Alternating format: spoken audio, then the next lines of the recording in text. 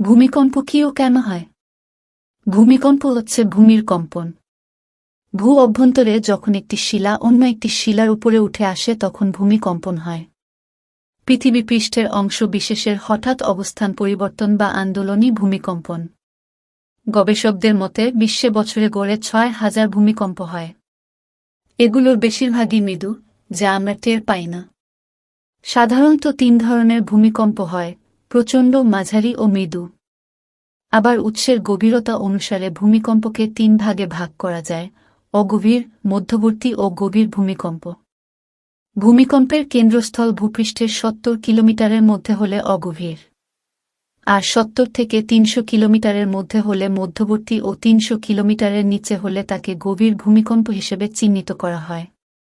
ভূ অভ্যন্তরে স্থিত গ্যাস যখন ভূপৃষ্ঠের ফাটল বা আগ্নেয়গিরির মুখ দিয়ে বেরিয়ে আসে তখন ওই গ্যাসের অবস্থান ফাঁকা হয়ে পড়ে। পরবর্তী সময়ে পৃথিবীর উপরের তলের চাপ ওই ফাঁকা স্থান দখল করে নেয়। এক্ষেত্রে ভারসাম্য বজায় না থাকায় ভূপৃষ্ঠে প্রবল কম্পনের অনুভব হয়, যা ভূমিকম্প নামে পরিচিত।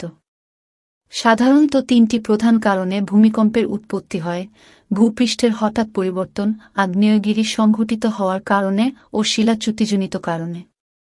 ভূমিকম্পের স্থায়িত্ব সাধারণত কয়েক সেকেন্ড হলেও এর মধ্যেই ঘটে যেতে পারে বিরাট অঘটন, যেমনটি ঘটেছে তুরস্ক-সিরিয়ার ভূমিকম্পের ঘটনায়।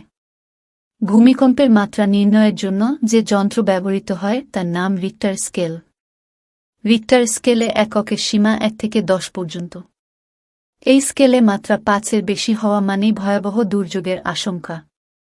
ভূমিকম্প ১ ডিগ্রি বাড়লে এর মাত্রা ১০ থেকে ৩২ গুণ পর্যন্ত বাড়তে পারে।